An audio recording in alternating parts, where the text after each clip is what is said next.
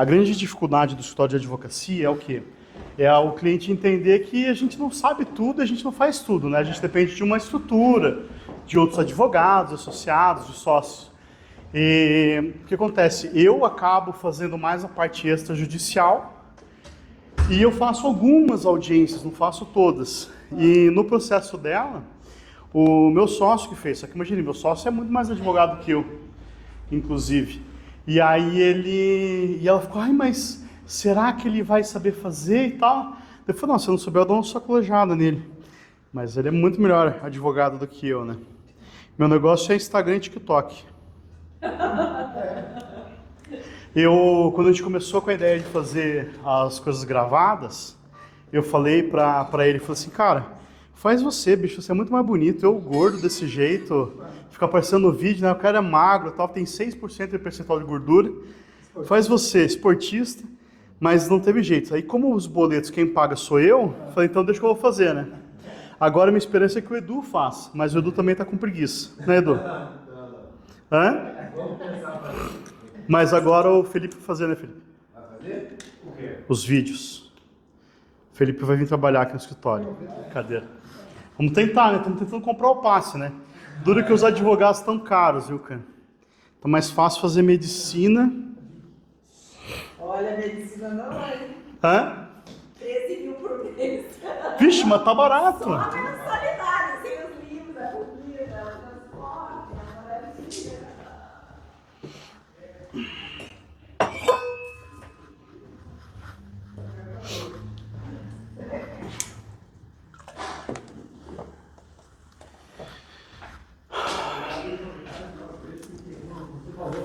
Muito carente de informação. Desculpa a expressão, mas cada... É muito carente. E aí, pessoal do Instagram, YouTube, sigam depois a gente nas redes sociais. Nosso Instagram é @DouglasVilar. Beleza? Pessoal, todo o trabalho, então o que você fazia no passado hoje é diferente. Então você não tem mais... Vê se o áudio tá bom. Hã? Não, mas o delay é do teu celular. Vê se o áudio tá bom. Se vocês puderem entrar só no meu Instagram para ver se o áudio tá bom, você pode tentar? Acho que tá, beleza. Eu deixei ali com o Felipe, ele vai dar uma olhadinha, depois ele vai passar para vocês a nossa ideia de contrato de corretagem, tá? No final eu vou fazer um bem detalhadinho assim, página por página, do que a gente acha que deve constar ou não nesse documento, beleza? Então, hoje, dia 28, pós-evento pós-data, né, da celebração do Dia do Corretor, eu não quis fazer ontem, porque daí ontem eu ia estar sozinho falando, né, porque vocês estavam deixando a cara em algum lugar por aí, né? Embora tenha o bar, assim, pudesse estar enchendo a cara aqui, foram para outros lugares. Então, mas eu preferi fazer na mesma semana para poder homenagear vocês, né? Há muito tempo eu tenho me dedicado a atender os corretores. Não é porque eu sou muito bonzinho também, é porque me dá muito dinheiro. E para quem não me conhece, para ficar lá registrado na internet, meu nome é Douglas Vilar, eu fui office boy desde 99. E parte ainda do nosso trabalho é ser office boy, né, buscar a certidão, só que hoje a gente faz de forma online, muito mais prática. Uma parte sofisticada e chique da advocacia na área imobiliária é a due diligence, que nada mais é do que pegar as certidões e ler, né?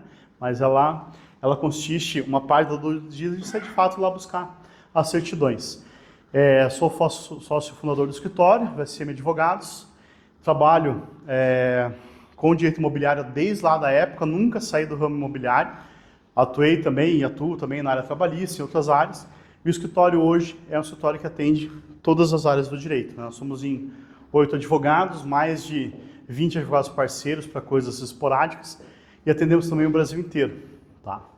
Estou fazendo uma pós na Escola Paulista de Direito, que é a escola do Scavone Júnior, que é o maior advogado, no meu ver, do direito imobiliário. Sou membro das comissões do Juizado Especial de Direito Imobiliário e Direito Empresarial.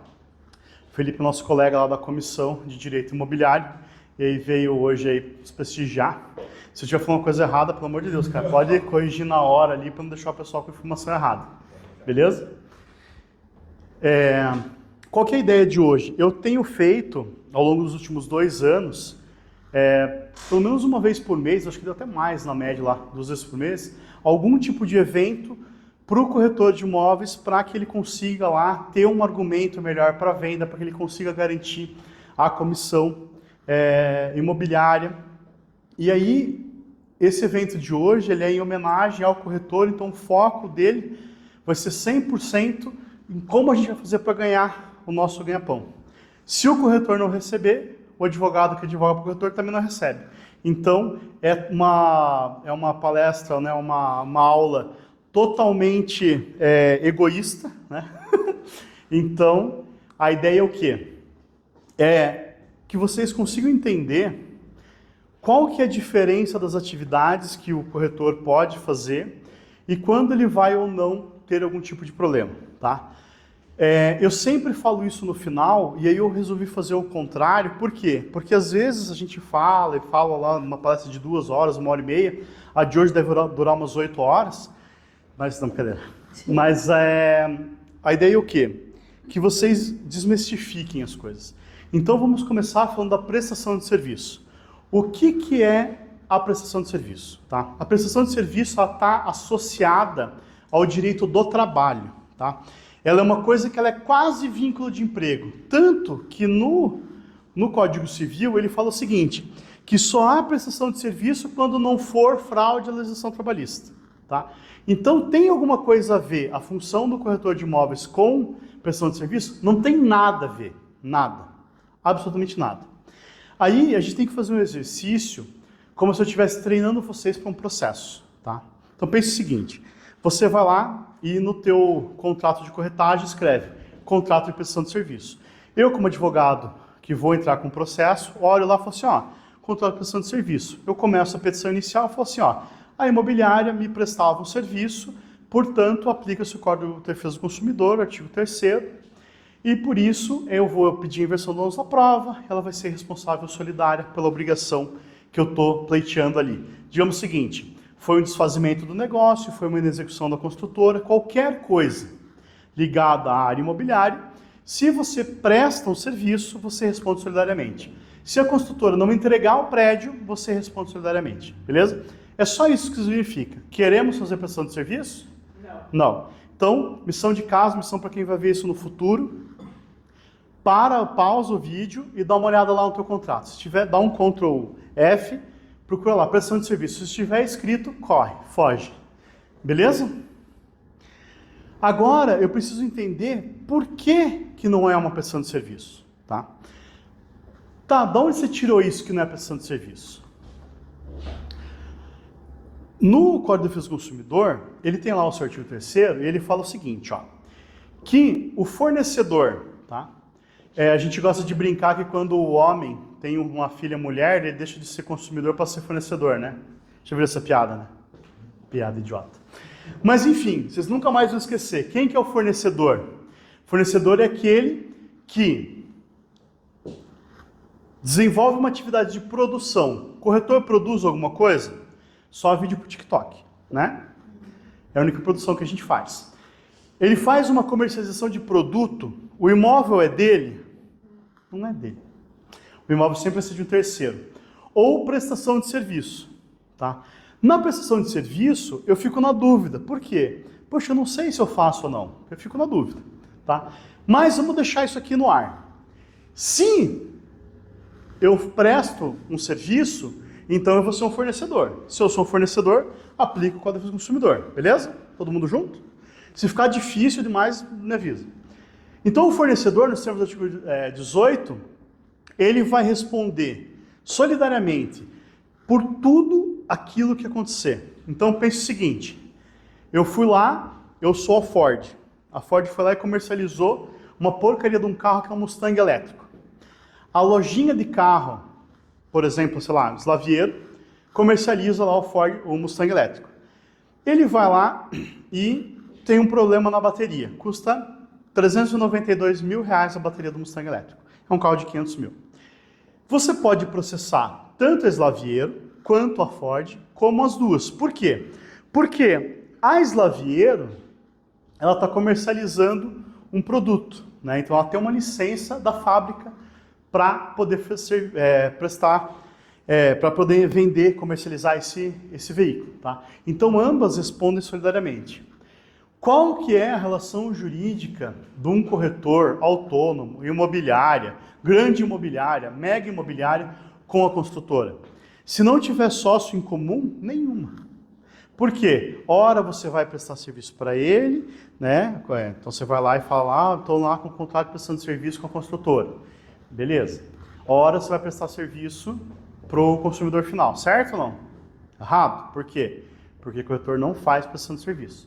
Corretor faz contrato de corretagem. O nome técnico, bonito, certinho, esse contrato de corretagem, beleza? Eu já vi construtora mandar para corretor, a gente vai fazer essa parceria aqui, daí manda lá contrato de prestação de serviço de parceria. Você fala, teu nariz, vamos mudar esse termo aqui, não assina. Por quê? Ele está te enfiando uma solidariedade no meio, entendeu? Infelizmente, esse treinamento de hoje não tem como não ser uma aula de direito. Seria um pouco mais chato dos outros que a gente faz lá, com mais piadas, né? E aí, o fornecedor, ele vai fazer o quê? Então, assim, ele tem lá o 18, o 34, né, que também vai falar que ele vai responder solidariamente pelos atos seus e dos prepostos, ou seja, você tem lá um corretor autônomo, um corretor prestador dentro da tua imobiliária, te prestando um serviço, e daí o corretor dentro da tua imobiliária, ele te presta o serviço. Entendeu? Então, pensa o seguinte, você tem a imobiliária e você vai fazer um contrato com um corretor. Esse contrato entre vocês dois é de prestação de serviço. Só que o contrato que vocês têm para fora, não. Esse é um contrato de corretagem. Beleza? Então, nesse contrato, a imobiliária grande vai ser responsável pelo ato do corretor dela. Por quê? É o ato do preposto. Entendeu? Então, por exemplo, o Nicolas vai lá e derruba um chopp na... Como que é o teu nome? Na Claudiane, na blusa dela que custa R$8.000. Né, a gente vai ter que pagar por essa blusa, porque logicamente ela não vai, né, o funcionário não vai ter condição de pagar. Beleza? Ato do preposto. Aí qual que é o problema? Quando a gente fala, se a gente falar que aplica o Código de Defesa do Consumidor, e aí todos os contratos de todas as construtoras estão errados, ele fala o seguinte, se você quiser desistir do negócio, se você ficar inadimplente, se você fizer uma execução, eu vou te pôr uma multa lá de 25%, beleza? Só que se tiver aplicação do Código de Defesa do Consumidor, qual que é a multa? A multa é só 2%. Se no teu contrato, por exemplo, de locação, de administração de locação, tiver uma previsão de que caso o locador tire o imóvel da tua administração, um juiz, né, inexperiente ou mal intencionado ou simplesmente burro, poderia falar que não, que aqui tinha uma prestação de serviço, então a multa é 2%. No código, a multa fala que é só uma multa moratória, quando tem uma prestação que não está paga. Mas eu já vi decisões que eles acabam interpretando isso para tudo. Então ele limita a multa 2% para tudo. Beleza? E aí, quando a gente vai fazer a análise do que faz o corretor, a gente tem que se debruçar no artigo 722 do Código Civil. O que diz o artigo 722 do Código Civil? Pelo contrato de corretagem, é o que a gente faz, corretor? É o que o corretor faz. Então, o corretor vai lá e faz um contrato de corretagem. Uma pessoa, eu estou falando se é pessoa física ou jurídica? Não. No Código Civil, se estiver falando uma pessoa, pode ser qualquer. Física, jurídica. Se fosse só pessoa física, tinha que estar pessoa natural. Imagine uma pessoa robotizada, né? Mas ele falaria, então, uma pessoa natural. Então, uma pessoa física ou jurídica, não ligada a outra. O que é o não ligado a outra? Você pega lá e faz o dedinho do ET, assim, liga no... Não está ligado a outra pessoa em virtude de mandato. Ou seja, é mandato? Não é mandato. Entendeu? Não é mandato. Prestação de serviço. Então, assim, está escrito aqui, não ligado a outra em virtude de mandato, prestação de serviço, ou qualquer relação de dependência em obter um negócio ou mais para outra pessoa. Eu já vi, eu tenho medo de ficar famoso na internet, porque eu já vi muito influencer falando o seguinte, imobiliária, corretor de imóveis e tal, tá ligado ao artigo 722. O cara lê o artigo, Daí ele fala assim, então vocês têm que tomar muito cuidado com a aplicação do Código de Defesa do Consumidor. Caralho, velho. Tem que ir, né? Se o cara tá lendo o artigo, ele tem que ler certo. Tá falando que o corretor faz prestação de serviço? Não tá. Isso daqui é tão sério que caberia um recurso, que a gente chama de recurso especial, ao STJ. Por quê? O meu amigo juiz de primeiro grau fala o seguinte, não aplica o 722 no Código de Defesa do Consumidor. Eu tenho uma discussão legal, eu tenho uma infringência de um artigo de lei federal, que seja recurso para o STJ. Qual que é o problema hoje? O problema hoje é que quem está julgando ou não era advogado, ou não advogava para corretor, ou odeia corretor. Por quê? A lei é muito clara. Não aplica. Entendeu? Só aplicaria se fosse prestação de serviço. Não é. A gente vai falar daqui a pouco que a reforma do Código Civil, que ainda nem tem previsão de ser julgada, vai falar a mesma coisa. Não mudou o texto da Lex nova, da lei nova. Então, nós corretores, né, vocês corretores, têm que pensar o seguinte. Quando você vai mandar um WhatsApp para o caboclo, oi, tudo bem? Tenho um e-mail para te mostrar, assim, assim, assado, show de bola. Você não pode falar assim, vou te fazer a melhor prestação de serviço da vida. Você não pode usar esse termo. Tá? Se você usar esse termo, você se ferrou. Então a ideia é o quê? É treinar vocês por um processo. Tá? O que a gente tem que fazer? Olhar os nossos contratos e ver o que está escrito lá. Se tiver prestação de serviço, tire. Se você pegar a resolução do COFES hoje, ela está errada. Tá? Aquela não é uma redação final, mas eles ainda estão patinando em fazer a redação final, mas está escrito lá que o corretor faz prestação de serviço. Não faz. Aí, a gente gosta, o advogado gosta muito de contar a vantagem. Eu vou contar para vocês os casos que eu perdi, tá, na justiça. Esse processo aqui, saiu a decisão bem velha, ó, 27 de agosto de 2024. Se vocês olharem, foi ontem, né? Se vocês olharem o processo, eu fui advogado na ação. Não era advogado da imobiliária antes, né? Virei advogado dela só na ação. E o que aconteceu? Ela recebeu R$5.000. Quando você faz lá a proposta, normalmente a arras já fica com a imobiliária, certo? Nesse caso aqui, as arras eram só R$5.000. E por um descuido da corretora, ela não colocou que da parcela subsequente, né, do financiamento, ela também receberia a diferença de R$17.000.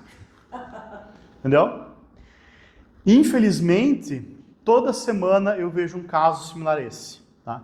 E, como eu falei para vocês, eu atendo imobiliária pequena e atendo imobiliária grande, e às vezes vem contrato das imobiliárias gigantescas para a gente estar pro lado do corretor, e a redação sempre é péssima. Tá? É sempre péssima. Não que a minha seja boa, vocês vão ver lá, o contrato que for passando ali também é horrível, tá?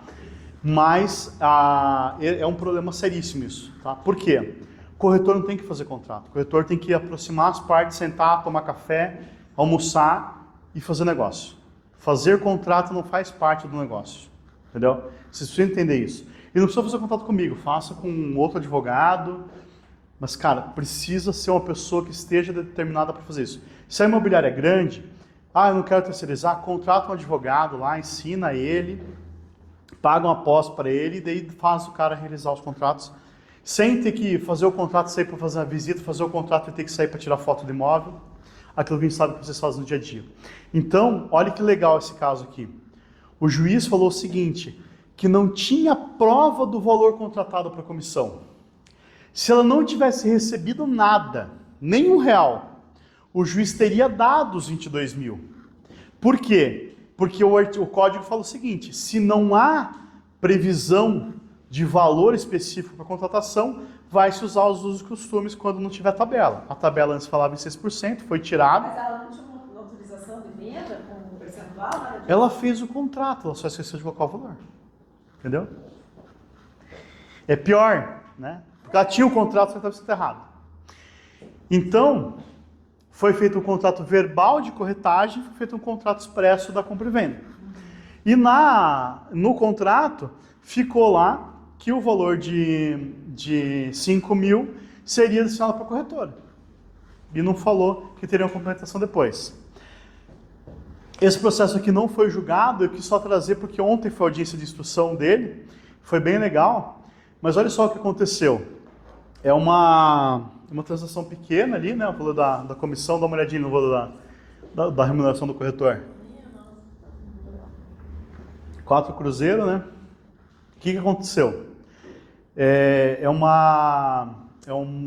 galpão industrial em Paranaguá. O comprador chegou para o corretor e falou assim, olha, estamos procurando uma área assim, assim, assado. Ele pegou e passou essa área, a matrícula. Aí essa pessoa falou, não, isso aqui é muito pequeno para a gente quer o maior. Aí ele foi, pegou uma autorização de vendas do lado, que era grande também, e somar os dois, daria o tamanho que o cara precisava. E mandou para eles.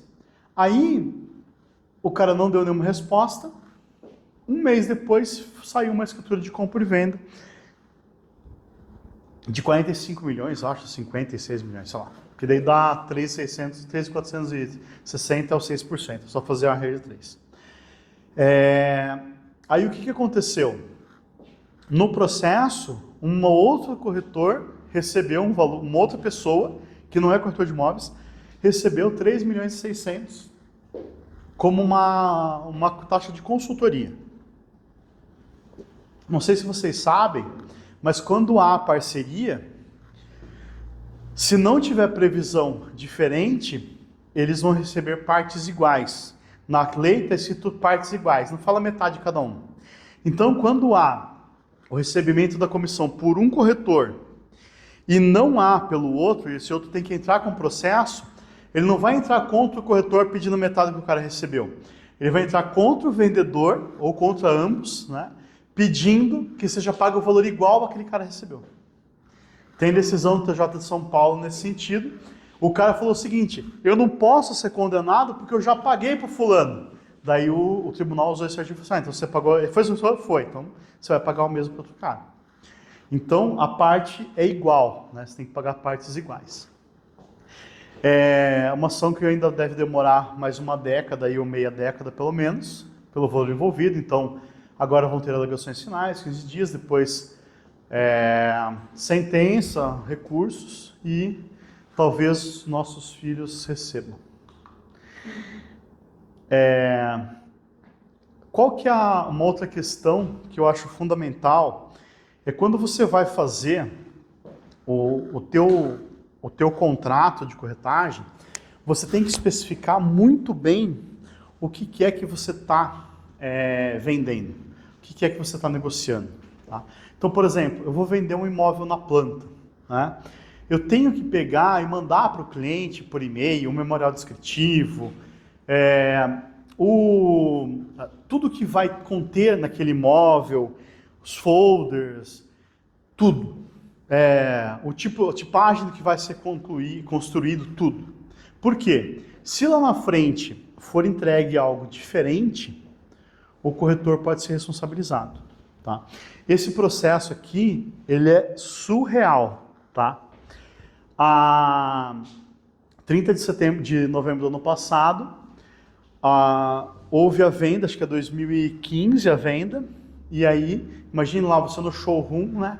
Olha, aqui vai ter uma churrasqueira com sacada, com vista para o mar, vão ter medidores individualizados de gás, de água, tal, luz. E aí chega lá, a construtora entrega depois um prédio sem churrasqueira na sacada e sem os medidores individualizados. O cara desfez o negócio e a imobiliária foi responsável solidariamente por devolver o dinheiro. No caso que a construtora quebrou, e aí a imobiliária grande, teve que pagar esse pedido desse cliente. Imagine o seguinte, esse que foi uma pessoa só que atuação, só que imagine se todos os outros ficaram sabendo, falaram, cara, quer saber? Vou desfazer esse negócio aqui que se dane. Poderia ser uma ação muito maior. Tem esse outro caso aqui, que é bem velho também, 18 de abril de 2024, né, há 4 meses atrás. E nesse caso aconteceu o seguinte, o juiz condenou ambos os requeridos, né, a pagar R$510 mil, mais 50 mil de honorários e ITBI e afins tal. Eu fiz o cálculo atualizado, dá mais de R$700 mil aqui, esse valor que a imobiliária foi condenada solidariamente a pagar. O STJ tem algumas decisões que já são antigas, tá? Só que não tem nenhum tema de repercussão geral bem do jeitinho que deveria ter para a gente falar, não, eles estão desse jeito, estão assado. Então ainda dá para você discutir, no meu humilde opinião. Tem advogado que já não sobe para lá para falar que está consolidado, que aplica o Código de Defesa do Consumidor, eu acho que não. Mas então a gente tem umas decisões que são boas. Então essa daqui, de 2022, fala o seguinte, que não é possível o enquadramento do agravante como integrante da cadeia de consumo ou justificar sua responsabilidade de forma solidária. Por quê? Porque existe lá o que a gente chama de cadeia de consumo. Então pensa o seguinte, meu irmão tem uma distribuidora de sex shop. Ele vai, então ele é o distribuidor, ele também às vezes importa, então ele figura como importador e como distribuidor. Aí o lojista vai lá, compra o produto dele, só que o produto sai com a marca dele, né? Sai lá, distribuído por empresa X. Quando o cara tem um problema com esse produto, ele pode demandar contra a lojinha, né? Contra o distribuidor, ou contra a marca que fez o produto, né? Então, qual que é o entendimento? De que o corretor, ele não está nessa cadeia de consumo, porque ele foi lá e prestou uma consultoria de aproximação das partes. Então, olha, você tem um imóvel, o que a gente tem que fazer com o corretor? Você tem que fazer o quê? Você tem que dar preço nas coisas. Então, o corretor ele vai lá e faz o negócio. O cara quer pagar 1 milhão, o outro quer vender por 1.200.000, você tem que fazer o negócio chegar no 1 milhão e X. É isso, né? Então, você tem que fazer uma análise mercadológica e, mas o imóvel é bom, a parede não vai cair? Contrata o engenheiro. Tem um monte de certidão positiva, a matrícula está cheia de registro. Contrato de advogado. É isso.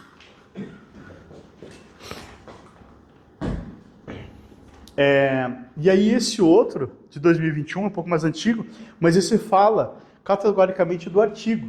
Então ele fala lá, em vista da natureza do serviço de corretagem, não há em princípio liame jurídico do corretor com as obrigações assumidas pelas partes celebrantes do contrato, a ensejar sua responsabilidade por descumprimento da incorporadora no contrato de compra e venda da unidade imobiliária. Incidência artigos 722 e 723.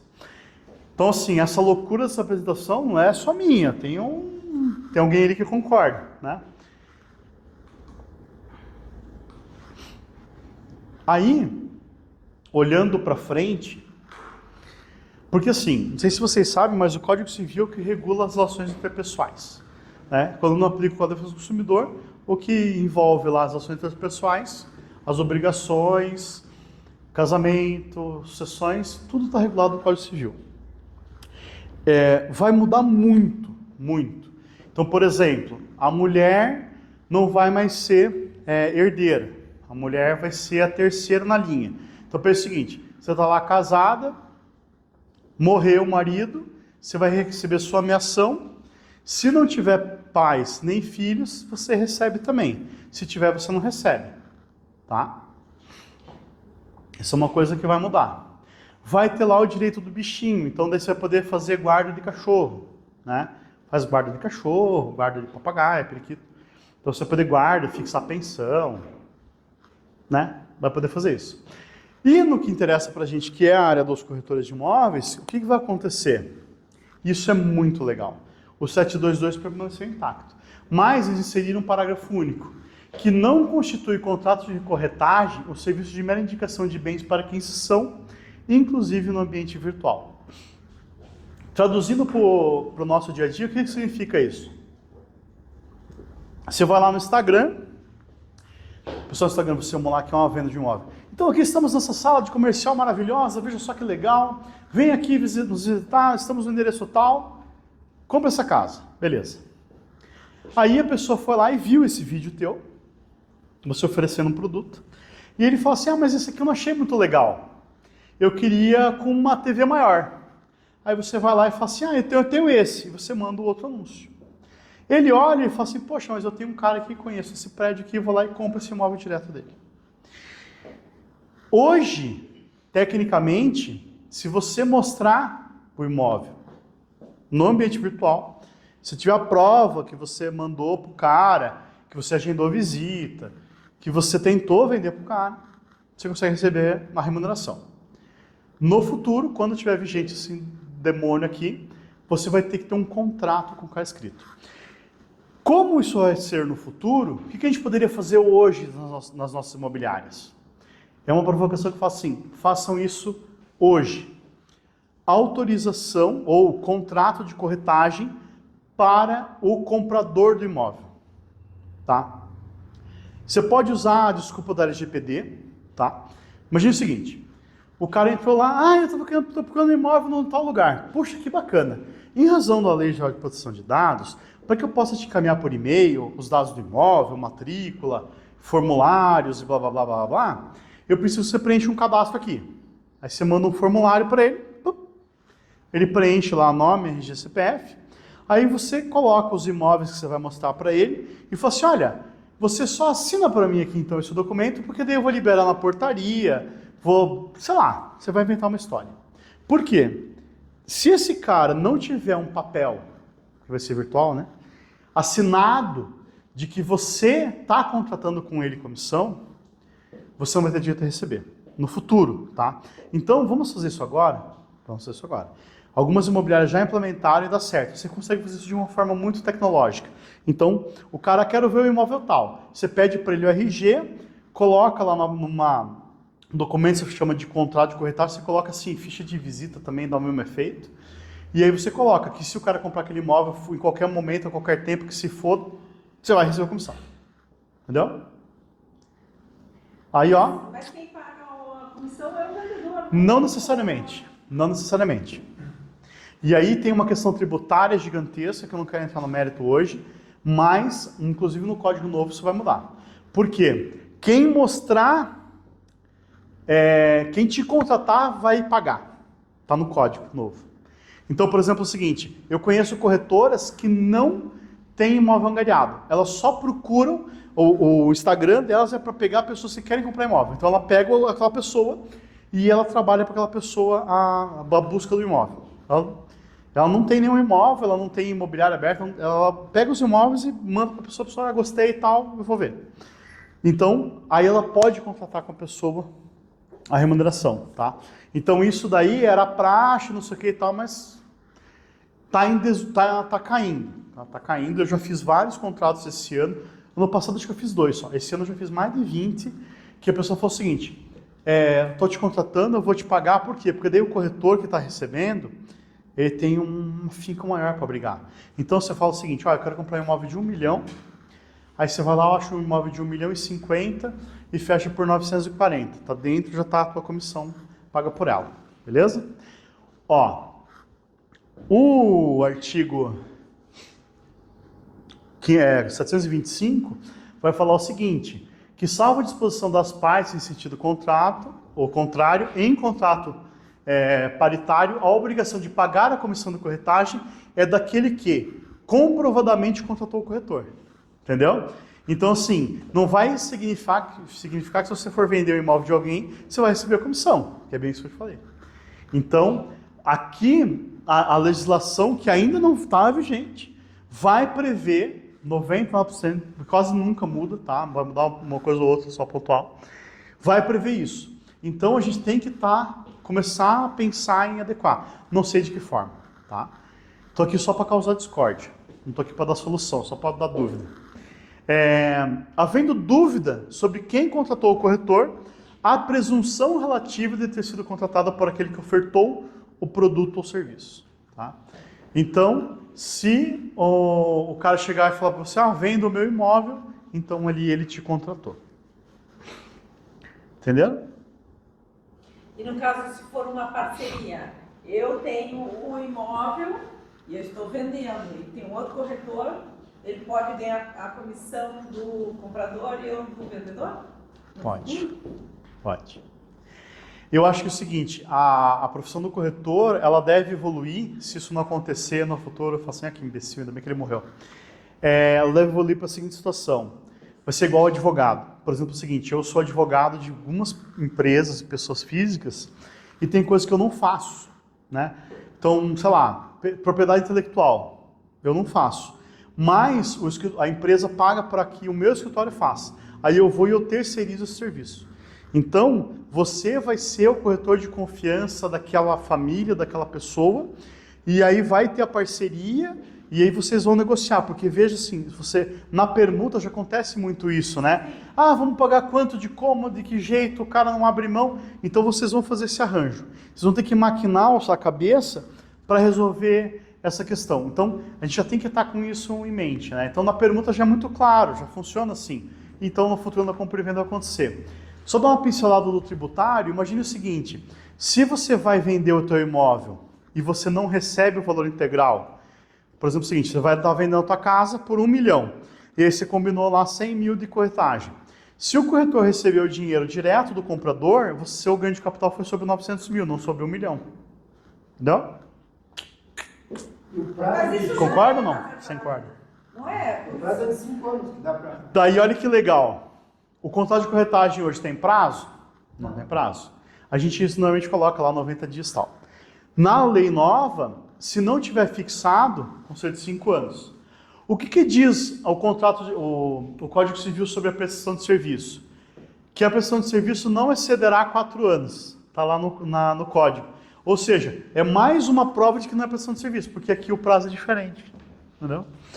Por que prazo de 5 anos? Não faz sentido na compra e venda. Fala, pô, corretor ruim, levou 5 anos para vender o imóvel.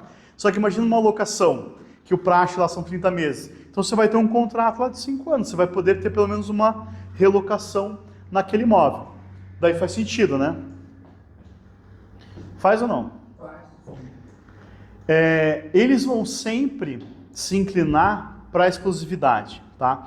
Existe uma situação que é uma situação de programação acho que na Noreg, se eu falar besteira, desculpa, mas é o seguinte, eles estão fazendo o quê? Desde 2015, eles estão buscando a concentração dos atos na matrícula.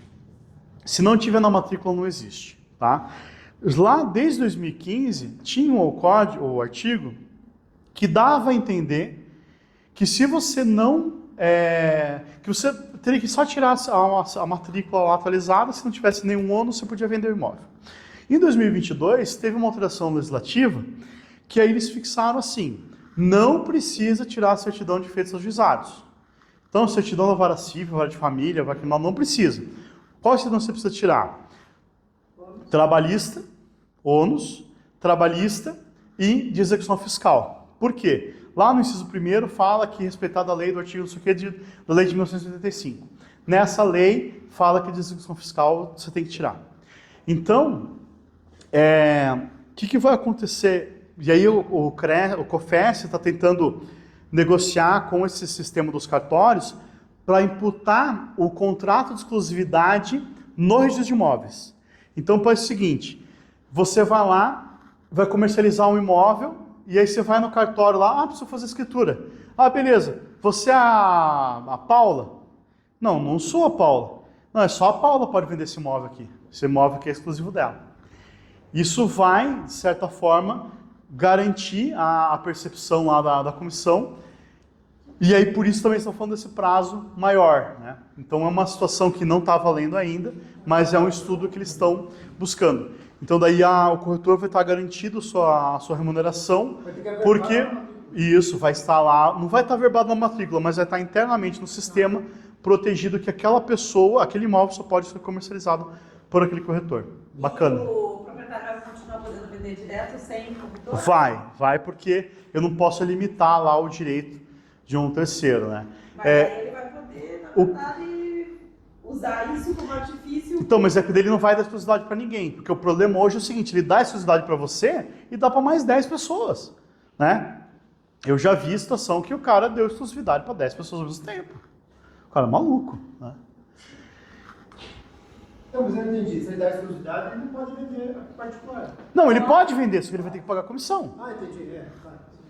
Entendeu? Ele pode dar exclusividade para 10, ele vai pagar comissão para cada um. Mas beleza? tem outra pergunta. A exclusividade, você deu, a princípio, por um prazo de 90 dias. Passou os 90 dias, ele pode tirar? Pode, lógico. E vender direto? Pode. Qual que é o detalhe? Se você teve lá se a transação ocorrer por fruto do trabalho do corretor, aí você vai receber a comissão, tá? Não dá, por exemplo, o seguinte, passaram-se 5 anos. Uma moça veio me procurar outro dia e falou assim, olha, eu mostrei o imóvel para o fulano 5 anos depois ele comprou. Eu falei, cara, não tem como. Tá?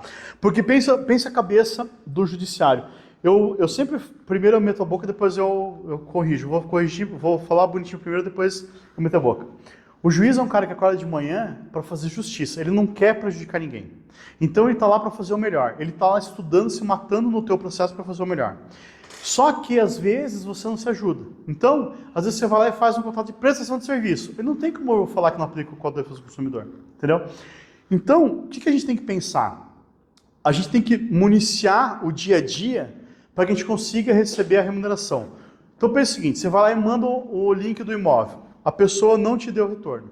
Olha, você gostou do imóvel? Você desistiu da venda? Você quer comprar outro? E aí você pega lá, contrata um chatbot e toda semana uma mensagem para ser desgraçado. Viu? Você quer ver outras opções? Você quer comprar aquele imóvel? Você quer outras opções? Por quê? Eu estou com um caso lá de São José dos Pinhais, que a corretora mandou a proposta, a pessoa recusou a proposta, esperou 60 dias e vendeu direto para a mesma pessoa. Pelo valor exato deduzido da comissão. Entendeu? Aí, a gente entrou com o processo e disse, olha, em que pese ter passado 60 dias, a corretora mandou diversas mensagens para a pessoa, oferecendo outros imóveis e tal, e nitidamente ela deu a volta. Então, mas se você provar que ele tomou a volta, é muito difícil. No contrato de exclusividade, eu já quebrei judicialmente, e eu acho que é bem fácil de quebrar, pelo seguinte, da seguinte forma, você vai lá e faz exclusividade hoje. No teu contrato de exclusividade e na porcaria do meu modelo aqui, não fala o prazo para você anunciar o imóvel. Então você vai lá, faz o contrato de exclusividade e não anuncia o imóvel na internet. Se o cara vender para outro nesse inteirinho, você que se foda. O que você tem que fazer? Pega a exclusividade, fala para o cara ou escreve no contrato. Eu não escrevo por quê? Porque eu advogo para o corretor, então, né? Não vou fazer prova contra a gente mesmo. Nunca o ChatGPT, a inteligência artificial vai superar o advogado, porque a gente consegue tirar aquilo que vai ferrar o nosso cliente. É só para isso que serve o advogado. Então, você vai lá falar com o teu cliente, amanhã o teu imóvel está no ar. O que você faz? Pega o imóvel, coloca no ar, manda para ele o link. Entrou um lead, manda para o cara no WhatsApp, entrou um lead, mas o lead era frio, o cara queria uma bicicleta. Toda proposta, obrigatoriamente, tem que ser analisada pelo cliente. Tá? Eu já vi corretor falar o seguinte, o imóvel era de, acho que era 500 mil, o cara falou o seguinte, não, eu pago 350 mil à vista. O corretor falou, não vou nem ofender o meu cliente com essa proposta. A pessoa pegou, ligou direto e vendeu por 400 mil com exclusividade, passou por cima de exclusividade, porque o corretor tinha lá que ele não ia. Aí o judiciário entende o quê? Segue a lei. O corretor não vai receber quando ele for desidioso, entendeu? Então é igual o advogado. Vocês vão lá, vocês falam assim, nossa, o Douglas fala muito bem, adoro ele, vou contratar a história dele. Aí você passa para mim um contrato para eu fazer, eu levo um mês para fazer um contrato. Você perdeu o negócio, eu perdi o cliente. Né? Entendeu? Então assim, não é difícil, é só você fazer o mínimo, né? Então o mínimo é o quê? Pô, peguei a exclusividade, anuncio o imóvel, chamo o cara para um café.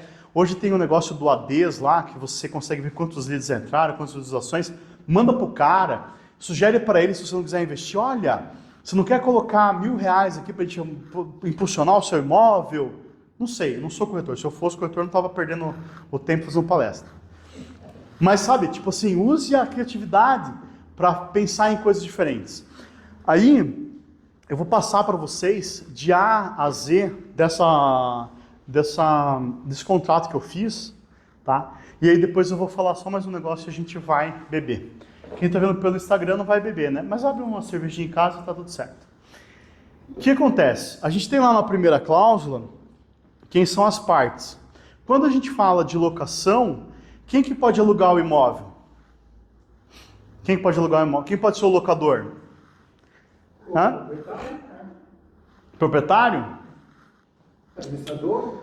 No imóvel alienado fiduciariamente, ou seja, você foi lá e comprou o imóvel na Caixa Econômica. Você é o proprietário? Não. Aí você pode alugar o imóvel da Caixa? A princípio não. Lógico que pode. Só não podia Minha Casa Minha Vida da faixa 3 lá, se não me engano. Mas esse pode. Pode hoje, né? Ou não, esse não pode ainda. Hoje não pode, né? Mas todo mundo aluga, mas não pode. Não pode, mas todo mundo aluga. É aquele negócio assim, né? Não pode, mas acontece todo dia. Então é o seguinte, a exceção desse contrato, daí que ele tem um subsídio do governo e tal, todo imóvel pode ser alugado, beleza? Então, financiado. Então o proprietário, é só o proprietário? Não, não é. Beleza? Entenderam isso? Se eu tiver um contrato de posse, eu posso alugar um imóvel? Posso. Então, para eu alugar um imóvel, eu tenho que ter a posse dele. Beleza? Isso, ninguém, sempre que eu faço parte, ninguém sabe. Ai, putz, perdi de alugar um barracão. Tem um barracão em Curitiba que ele é alugado por R$120 mil por mês, e ele é um contrato de posse. Perdi de alugar um barracão, o cara falou para mim outro dia. Perdi de alugar um barracão de 8 mil porque o cara não tinha a propriedade. Falei, não viu a aula antes. Mas a posse não seria, não poderia ser considerada uma sublocação, por exemplo? Não. Porque a posse tem vários poderes, um deles é o de gozar, né? O poder de gozar é você usar ou você colher o fruto daquela venda, daquela alocação. Entendeu? Quando o inquilino está, ele tem a posse, ele não tem a propriedade. Oi? Mas quando o inquilino está no imóvel, ele tem a posse Ele temporária. tem a posse indireta. Aliás, desculpa, ele tem a posse direta. Ele só tem a posse direta. Então, assim, ele não pode defender o imóvel não é dele. Então, por exemplo, você quer grilar uma terra, o que você faz? Você vai lá, invade, bota um caseiro e faz com ele um contrato de arrendamento rural, por exemplo. Se for na cidade, você faz a locação. Aquele cara vai fazer valer vai ser a perpetuidade da tua posse. A gente tem bastante assim. O cara tem lá, a prova da posse é que ele alugou o imóvel como locador. E aí o inquilino fala, filha da mãe, ele não era dono, então eu vou pedir uso capião. Aí o inquilino pede uso capião. Aí se junta o contrato de locação, a posse foi dada a ele por meio do contrato de locação, e o contrato de locação não faz posse, não tem direito a uso capiente. Legal? Eu coloquei essa daqui na última revisão que eu fiz. Eu gosto de atender imobiliário e de cada vez atender mais. Por quê? Porque daí eu vou ficando melhor. Eu falava assim que há 9 anos atrás eu achava que era especialista em direito imobiliário. Já tinha 15 anos que eu atendia seguradora. Hoje eu tenho certeza que eu não sei porra nenhuma. Porque todo dia eu aprendo uma coisa nova. Hoje, né, felizmente, a gente tem um monte de clientes e os clientes vêm com dúvidas e com soluções, né? Que a gente acaba daí espalhando para os demais clientes e daí coloca também lá no grupo de direito imobiliário. Acontece uma coisa. Aqui o que aconteceu? O incorporador era também corretor de imóveis e ganancioso. Ele pegou e fez uma proposta de permuta em um terreno para erguer 12 apartamentos. A imobiliária me contratou para fazer esse contrato de permuta, tá? E nós tínhamos guia amarelo, mapa do IPUC, carnê de IPTU, registro de imóveis.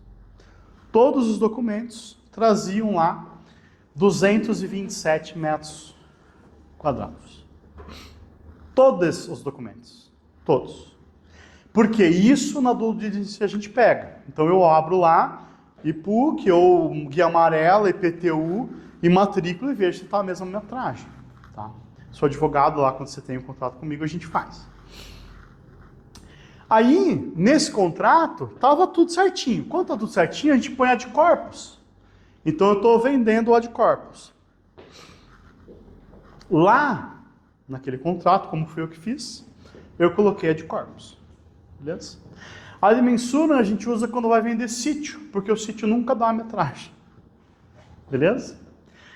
O que aconteceu? Como o cara, incorporador, também era corretor e ganancioso, ele, no final da negociação, quis fazer parceria com a imobiliária que estava vendendo o imóvel. Aí a imobiliária, para não perder o negócio, foi lá e aceitou. Então fizeram a parceria. 2 meses depois, ele viu lá, foi com o agrimensor e viu que era menor. Tinha 197 metros. Com 197 metros, só faz 9 unidades. Sai do VGV de X para um VGV de Y.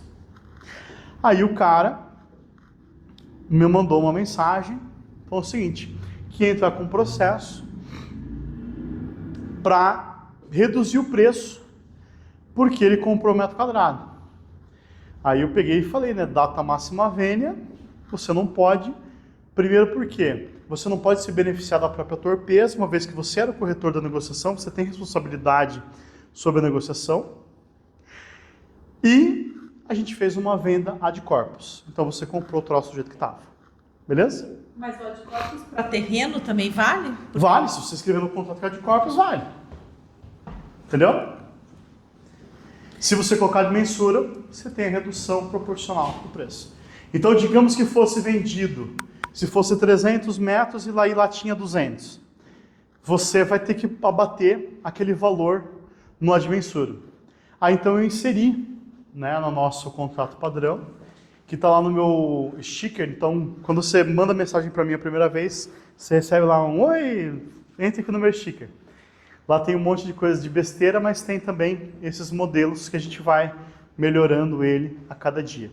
Então, por conta disso, eu incluí na cláusula segunda a isenção do corretor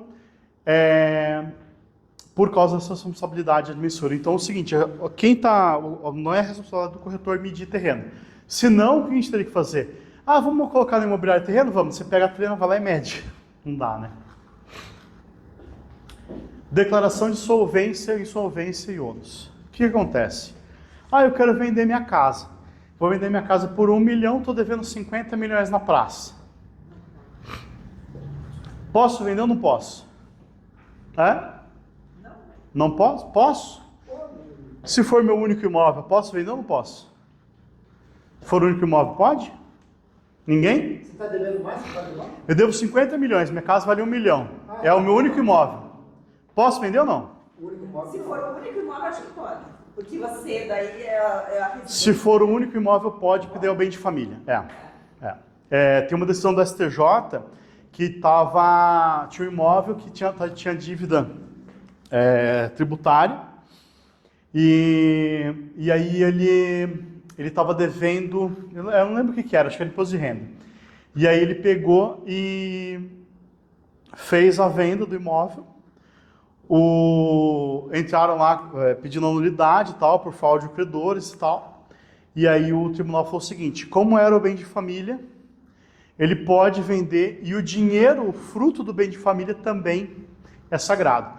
Então ele pode vender esse imóvel de R$1 milhão, deixar o dinheiro na conta corrente dele, vão penhorar, aí ele vai e desbloqueia, porque é o fruto do bem de família. Então a origem do dinheiro é da venda do bem de família.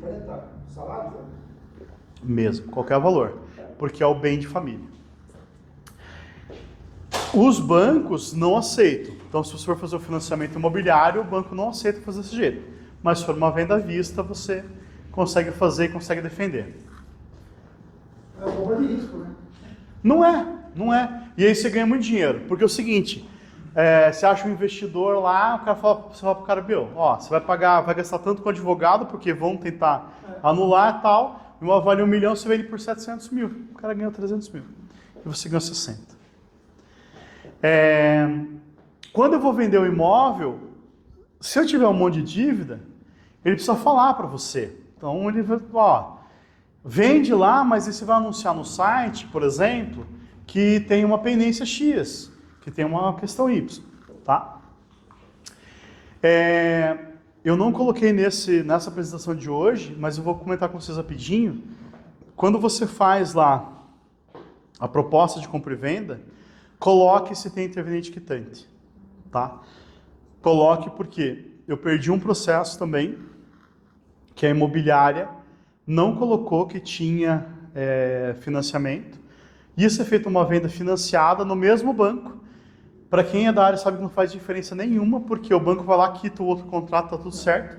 Mas para o nosso amigo juiz, ele falou que houve uma falha de informação do corretor, e aí ele ferrou, desfez o negócio, aceitou, mandou devolver a arras em dobro. Mas Era no contrato ou no anúncio? Não, no contrato. no contrato, no anúncio não precisa, mas no contrato. Por exemplo assim, se o imóvel é Se a compra vai ser feita com financiamento, coloca lá, pagamento de financiamento. Consórcio, pagamento de consórcio, sabe? E pelo amor de Deus, quando o cara fala assim, vou comprar um negócio e vou pagar com consórcio, pergunta para ele se está quitado. Porque as pessoas estão sendo enganadas comprando consórcio e não sabem que tem que estar contemplado. Parece uma piada, mas aconteceu comigo 3 vezes esse ano. A corretora pegou e a gente sempre, né, tem o cautela. Ah, doutor, isso aqui vai ser consórcio. Eu falei, então beleza, manda para mim o print da contemplação. Ele vem lá, tal contemplado. E aí não estava contemplado. Eu falei, não, então espere contemplado, ele volta. Até hoje não voltaram. Em que momento vai ser feita a transmissão da posse? A gente está falando do contrato de corretagem, tá? Esse contrato de corretagem, ele é o mesmo que a autorização de vendas, tá? Para a gente, pro direito é o meu documento. Por que isso é importante? Porque você vai anunciar o imóvel e daí quando a pessoa ligar para você, eu quero ver esse imóvel. Olha, mas esse imóvel está alugado, tá? Depois que você gostar dele, só vai poder tomar posse em 90 dias se o cara não tiver nenhum... Né? Para você tudo bem? Opa, para mim tudo bem. Beleza. Transparência, né? Eu posso tirar o inquilino em menos de 90 dias? Não posso. Não tem gambiarra, tá? Tem uns vídeos dos malucos falando o seguinte, não, você vai, faz a compra e venda, muda o contrato de locação, troca a titularidade, fala que agora o locador vai ser o Zé e daí você dá uma notificação em 30 dias. Não pode, por quê? A lei do inquilinato é uma norma cogente, ou seja, a interpretação é sempre em favor do locatário. E como lá na norma fala que uma vez alienado o bem, ele tem 90 dias para sair, não interessa que você alterar o contrato. Entendeu? Hoje tem uma pergunta do grupo sobre isso aí. Qual que era a pergunta? Eu não vi. Vamos responder ao vivo. Abre lá, vamos ver. A pessoa comprou o imóvel, estava vendendo imóvel, o imóvel estava alocado e fez aquela renovação automática. Daí uma pessoa lá falou que tinha que esperar 5 anos. Porque... Não, vamos explicar. Isso é legal. O contrato padrão de locação são 30 meses. Por quê? Porque é o seguinte, quando o legislador quis criar essa alteração que gerou a lei de locação, ele pensou o seguinte, eu tenho que dar previsibilidade para o locador e para o locatário. Então, para o locador, é ruim ter o imóvel desocupado. Então, não faz sentido ele ter que, a cada 12 meses, perder um aluguel para imobiliário, ou ter que ficar procurando gente. Aí o legislador entendeu, do nariz deles, que 30 meses é um número ok. Porque eu não... Isso aí. Então, como é que funciona? Se você fizer um contrato de 30 meses ou mais, passado esse prazo, você pode tirar o caboclo com 30 dias. Então, você vai lá, notifica, 30 dias você está fora. Se o contrato for de 30 meses, você pode tirar ele no 30º mês sem notificação. Você vai fazer o despejo por excesso de prazo. Pum. No prazo lá de 30 dias, por término de contrato. No contrato de 12 meses, que é um inferno. Por quê? Se você não tirar o cara no 13º mês, ele fica 5 anos. 46 quinto, 47 quinto, não lembro qual é o artigo, mas está escrito lá no lei do inquilinato. Entendeu? Se o cara ficar 14 meses, ele fica 5 anos. Só que, se você vender, ele tem que ser em 90 dias.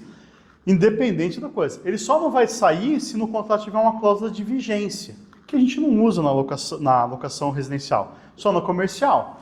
Então, se você alugar um imóvel comercial, normalmente, locação de valor elevado, vai ser levado a registro na matrícula e vai ter lá a cláusula de vigência. Mas eu já vi empresa fazer contrato residencial para funcionário com prazo. Tipo, Com da qual data tal a data tal. E alguns proprietários aceitarem. Não. Depois traz na imobiliária com aquela bucha pra gente resolver. É que assim, se o cara ficar mais tempo, você tem que respeitar os 5 anos, se ficar menos de 30, né? E uma outra coisa que eu acho bem bonitinho é que na locação residencial não existe contrato sucessivo. Então é o seguinte, na lei fala o seguinte, que no término do contrato, se não sair do imóvel, prorroga por prazo determinado. Na locação comercial, ele fala que existem contratos sucessivos, por quê? Fala que se a pessoa ficar no imóvel com a soma dos contratos, por mais de 5 anos ele tem lá o direito ao fundo de comércio e renovação por igual período. Então, na parte de locação residencial, não fala nada de contrato sucessivo. Então, quando a imobiliária vai lá e faz o primeiro contrato com aluguel de 1.000. Daí ele fala, tem que fazer a renovação do teu contrato para 1.500. Você não precisa assinar, pode ficar no imóvel lá, porque o teu contrato vai ser prorrogado. Lógico, você corre o risco de ser despejado, né? Porque venceu o contrato. Mas se você não for naquele mês subsequente, você pode ficar 5 anos. E aí, depois de 3 anos, a imobiliária pode pedir, né, o locador pode pedir para aumentar o valor do aluguel. Mas se não houver ajuste, tem que ser feito judicialmente, não existe imposição na locação. Para você ler a lei do inquilinato, você tem que pensar que é o Código de Defesa do Consumidor e que é a legislação trabalhista. Os três são norma corrente, então sempre vai favorecer o locatário. Remuneração. Gente, eu falei para vocês o exemplo no começo hoje, a pessoa não colocou lá o valor da comissão. Eu posso fazer um contrato separado da corretagem, não colocar na promessa de compra e venda, não colocar no cartório, não colocar... Posso, tá? Mas eu não devo. Por quê? Transparência. Em direito, o contrato posterior, em regra, derroga o contrato anterior. Tá? Então, se você tiver um contrato de corretagem e depois você tiver uma promessa de compra e venda fixando um valor diferente, você não vai poder executar o contrato de corretagem. Vai valer o contrato posterior. Isso é fácil de entender, né? Todo mundo consegue entender. E se não constar a comissão? Aí você não tem direito. Entendeu? Então, muito cuidado.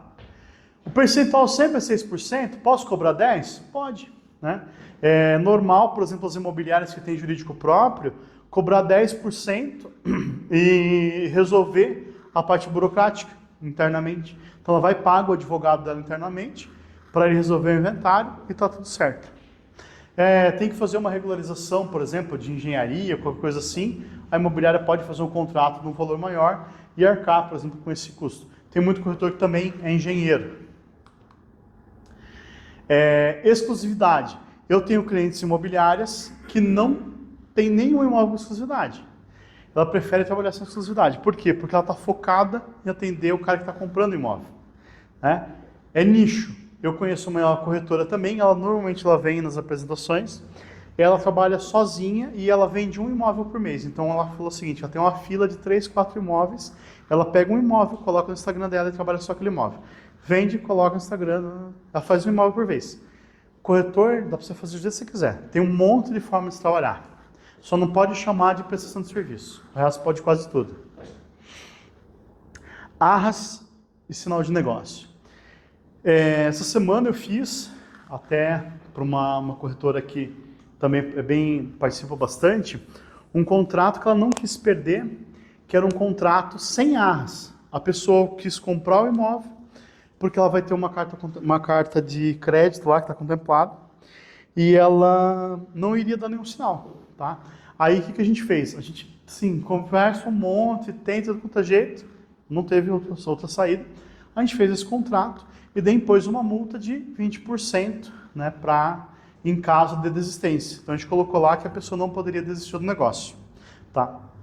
Todos os contratos das imobiliárias devem ter o artigo 418. Por quê? No artigo 418 você pode cobrar tudo. No 420, a gente só pode cobrar as arras. Então, por exemplo, eu vou lá e coloco que a venda do imóvel de 1 milhão vai ser dado 100 mil de arras do 420. Posso cobrar comissão também? Não posso. Se tiver expressamente lá escrito que também vai ser devido a comissão e tal, vai ter juiz que não vai dar. Por quê? Porque a arras do 420 é penitencial, é a única pena.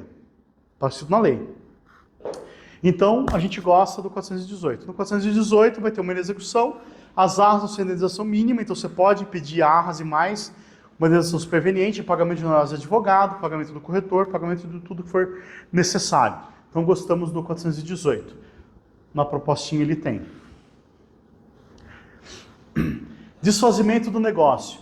Posso colocar uma cláusula contratual de que a pessoa, por exemplo, a gente está falando do contrato de corretagem, diz que a pessoa vai deixar aquele imóvel à venda por 90 dias, no valor de R$1 milhão. Se o cara não chegar chegar no meio desse prazo, você tiver um cliente que compra esse imóvel por R$1 milhão à vista, o cara pode desistir do negócio? Ele pode, mas ele vai te pagar a comissão. Tá? E aí ele vai sofrer uma indenização do proprietário. Eu estou com um caso agora que a pessoa desistiu de vender o imóvel com a proposta assinada. Ela assinou a proposta, só que a proposta não tinha arras. Na proposta estava escrito assim: as arras serão pagas no dia da assinatura do contrato de promessa, compra e venda. Olha que burrice, né? Entendeu? Então é o seguinte, ele fez uma proposta que não tem vinculação nenhuma. Por quê? O que vincula é o recebimento das arras. Né? Porque lá não tinha assim, caso não seja assinado a promessa de compra e venda vai ter uma multa. Não tinha. Só a única pena era as arras. Então não adianta a gente querer usar a internet para fazer os contratos. Tem que contratar um advogado bom. Se não tiver um bom, contratar umas mesmas que a gente resolve. Mas é complicado. Se eu fizer daí eu falando da proposta de compra e venda, ou da promessa. A promessa de compra e venda, e colocar lá que caso o banco não aceite o financiamento, mesmo assim a pessoa vai ter que pagar o corretor e pagar as arras. É válido? Não é válido. Por quê? Fato de terceiro. Tá? Quando que não vai ser fato de terceiro? E olha que legal isso. Se a pessoa ficar devendo no inteirinho. Eu coloco hoje nos meus contratos, em regra, que declaração de saúde financeira, eu não lembro como é que está escrito lá, que o vendedor declara que não tem nenhuma restrição, nem interna nem externa no banco, e que ele se compromete durante o processo de financiamento a não ter. Porque diz assim, se ele tiver, pode ter sido uma má fé dele. Não vou pagar esse cartão aqui porque eu desfaço o negócio lá 100 anos. Olha que malandragem. Entendeu? Então, eu entendo, nunca vi um processo assim, não sei se já teve, nunca vi um processo assim, mas eu entendo que se acontecer nessa hipótese, você poderia brigar pela remuneração do corretor. Legal? Custódia de recursos. Isso daqui é muito complexo, sabe? Eu gosto do seguinte, o meu dinheiro na minha conta, o dinheiro do meu cliente na conta dele. Então, quando a gente fala das arras, o legal é o quê? Que o percentual da comissão caia na conta da imobiliária, e daí você já vai colocar uma cláusula no contrato de que o valor é dado quitação, e o resto deposita na conta do vendedor. Tá? Por que isso? O Edu vai fazer para a gente uma palestra em breve sobre essa parte tributária. Imagina o seguinte, tua imobiliária pequenininha lá, recebeu 50 milhões no ano de arras. Disso, só 10 milhões foi comissão. O resto foi dinheiro do cliente, dinheiro da compra e venda, dinheiro das arras. Você vai gastar 10% do dinheiro que está na tua conta, 5% do dinheiro na tua conta, para provar para a Receita Federal que aquele dinheiro não era teu. Entendeu? Então, o legal, o fino é o quê? Coloca já a comissão na conta da imobiliária e o resto deposita na conta do cara. Beleza? Se o negócio for destratado e você tiver uma cláusula lá no contrato no contrato de corretagem ou no contrato de promessa, que naquele ato as partes dão quitação à comissão e o negócio for desfeito sem culpa de ninguém, porque o cara desistiu ou porque ele não executou o contrato, você não precisa entrar com ação para cobrar a comissão, você já recebeu. Aí o cara vai ter que entrar com ação. Se não tiver essa cláusula de quitação, você tem que dar o dinheiro para aquela pessoa que foi prejudicada e você tem que entrar com ação para cobrar a comissão, se for só os 6%. Entenderam? Então sempre pensar nessa cláusula de quitação também. Beleza? Quando você tem o dinheiro na tua conta, você tem então a custódia dele. Se o dinheiro se perder, eu fiz esse ano 20 processos de golpe do Pix. Golpe do Pix e fraude eletrônica. O cara foi lá, invadiu a conta do cliente e tirou todo o dinheiro. Imagina você está lá com 1 milhão na tua conta de 20 Pix de 50 mil que caiu de arras. Não é difícil, né? Vender 20 imóveis no mês, um por dia? Pô, vamos buscar essa meta, né? Quando a gente chegar nela, a gente dobra a meta. E aí esse dinheiro não é teu. Aí você tem que fazer o quê? Você vai sofrer 20 ações dos seus clientes que vão, cadê meu dinheiro? E também vai ter que contratar advogado para recuperar esse 1 milhão. Então o legal é que o teu dinheiro, que o dinheiro que cai na sua conta seja só o seu. Ah, mas eu não gosto de fazer isso porque daí se o cara sumir com o dinheiro, ele tem um imóvel. Não, mas eu digo, minha preocupação maior, por exemplo, é hoje em dia quando você faz parceria com outras imobiliárias. E daí você, né, quando você tem a parceria... 50-50. Deposita a minha parte para mim, a parte para você, tá tudo certo. E daí você vai, por exemplo, dar para um proprietário que você não conhece. Essa é a única situação que, na verdade, deixa um certo desconforto. Você tem que falar com ele, o desconforto é pelo nosso preconceito, tá?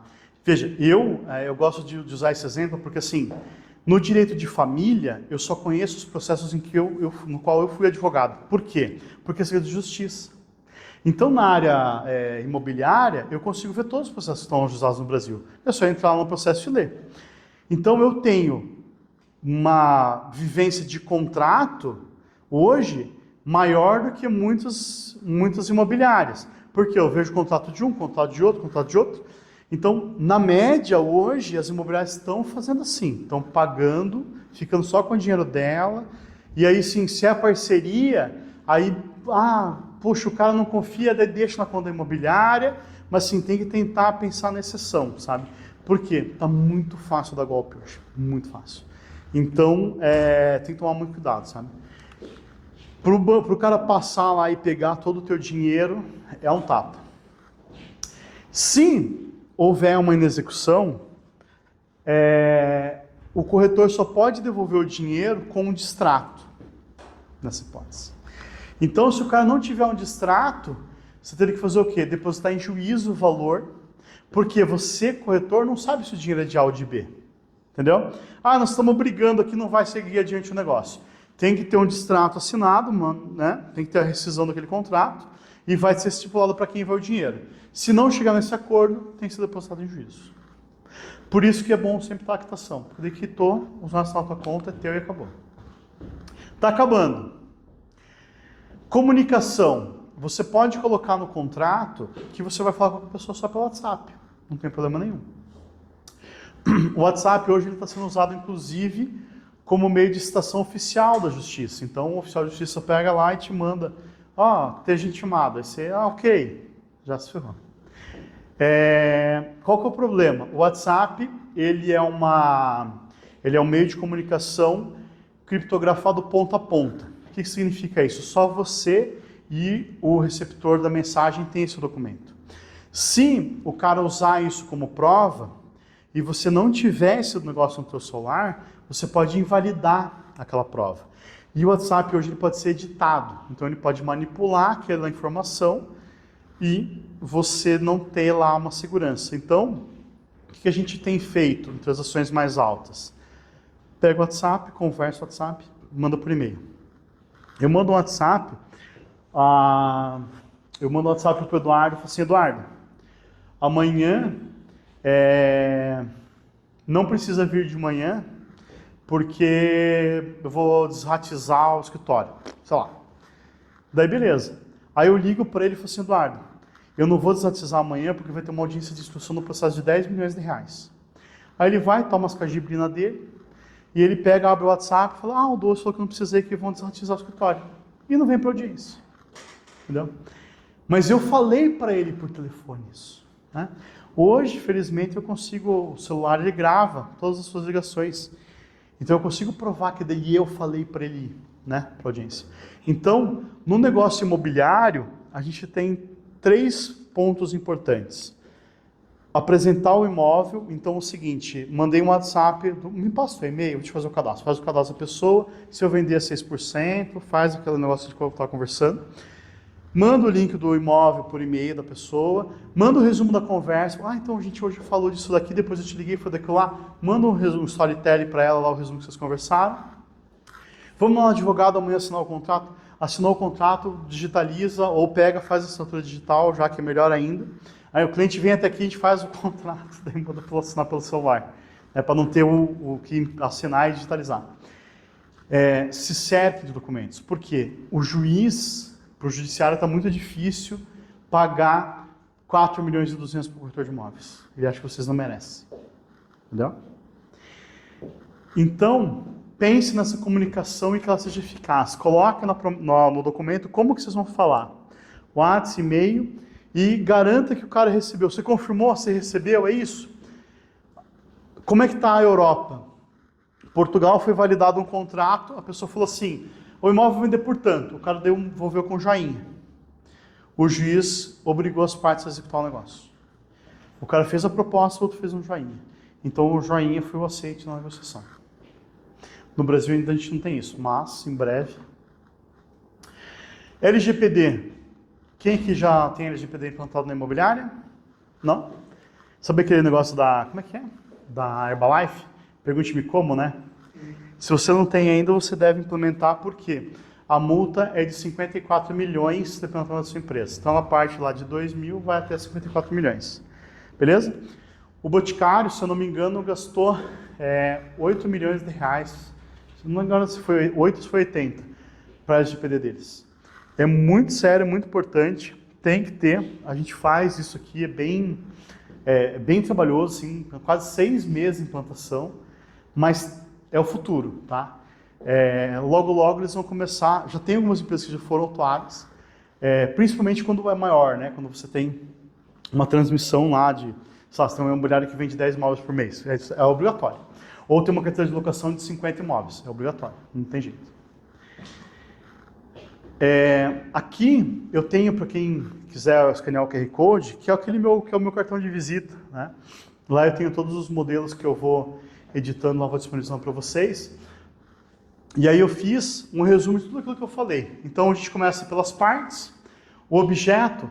No objeto, o que é legal vocês pensarem? Hoje, não sei se todos sabem usar o Google Lens. Se abre lá o aplicativo do Google no celular, ele aparece lá como se fosse uma câmerazinha. Você clica nela, mostra para o documento, ela faz uma foto e você consegue recortar tudo que está lá. Então, por exemplo, você vai escanear uma matrícula, você pega a matrícula, tira a foto, você tem todos os dados. Eu, nos meus contratos, quem faz contrato comigo sabe, eu coloco sempre ipsis literis o documento na íntegra, a matrícula na íntegra.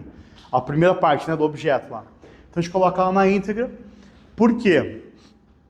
Se você tiver uma promessa de compra e venda com a descrição da matrícula na íntegra, sem opção de arrependimento, e tiver a quitação, você pode se valer de uma ação, que é um palavrão, que é adjudicação compulsória. Imagina o seguinte, foi lá, vendeu um imóvel na promissória lá, o cara vai fazer uma parcela futura, e o cara sumiu, morreu, se afedeu, você não achou. Mas você tem lá a quitação. Você vai lá hoje no cartório, faz acho que um ano, um pouquinho, você pode ir no cartório, junto à documentação, o contrato e a quitação, eles fazem lá a transferência da propriedade para você.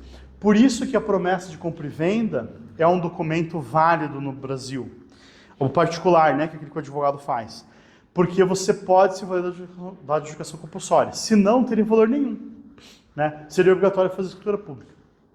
Legal?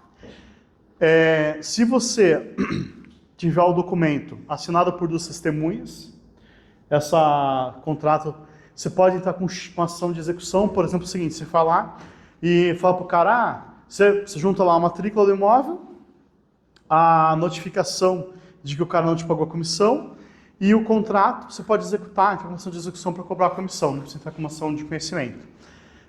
Depois, no ano passado, mudou a lei de assinatura de testemunha.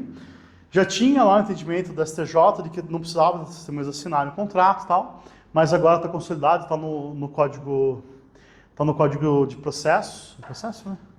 Não, está no Código Civil, que se for enviado por meio eletrônico lá em cadeia certificada do ICP, você pode assinar digitalmente.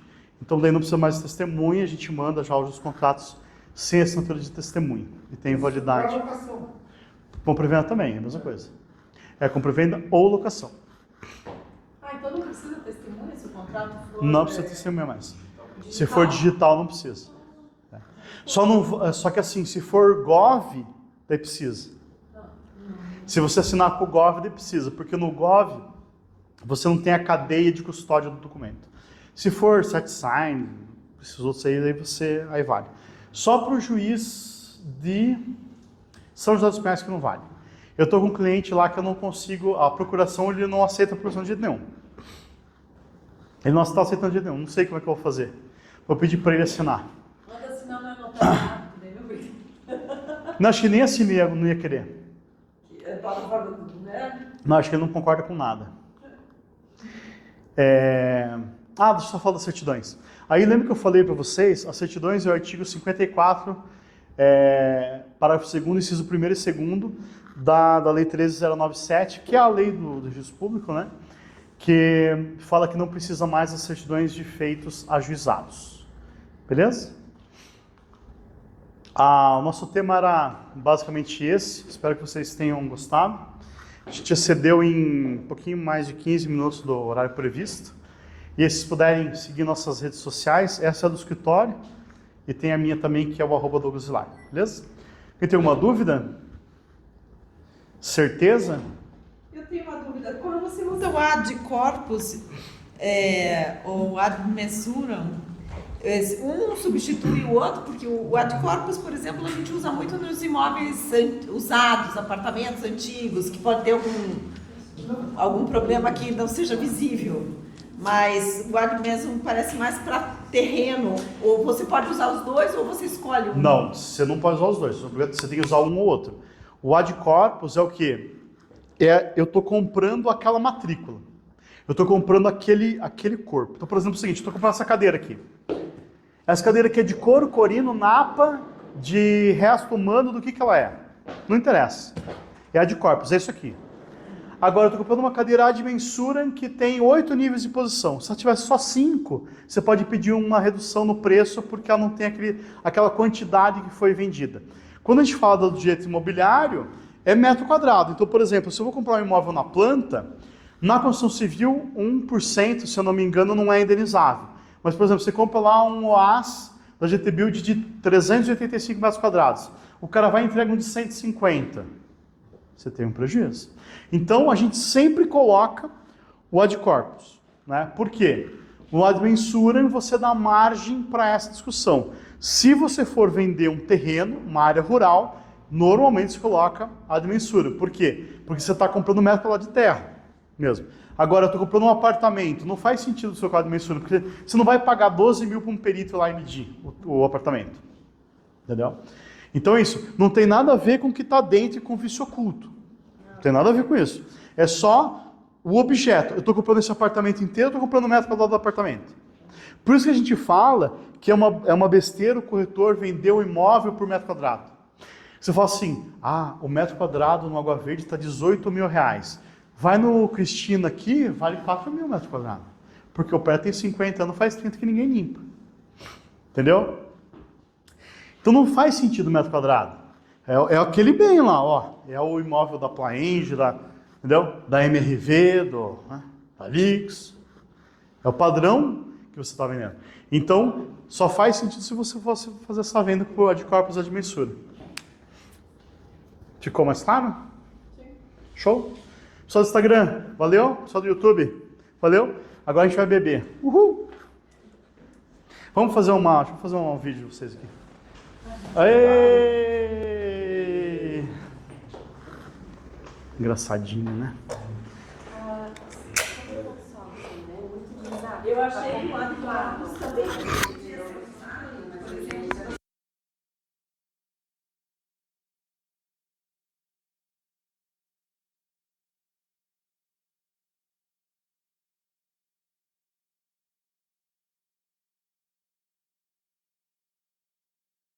O financiamento. Da idade do imóvel. Eu conversei com o nosso Essa é a percepção que eu tinha, o entendimento. Você sabe que acho que uns 10 anos depois que eu parei de atender a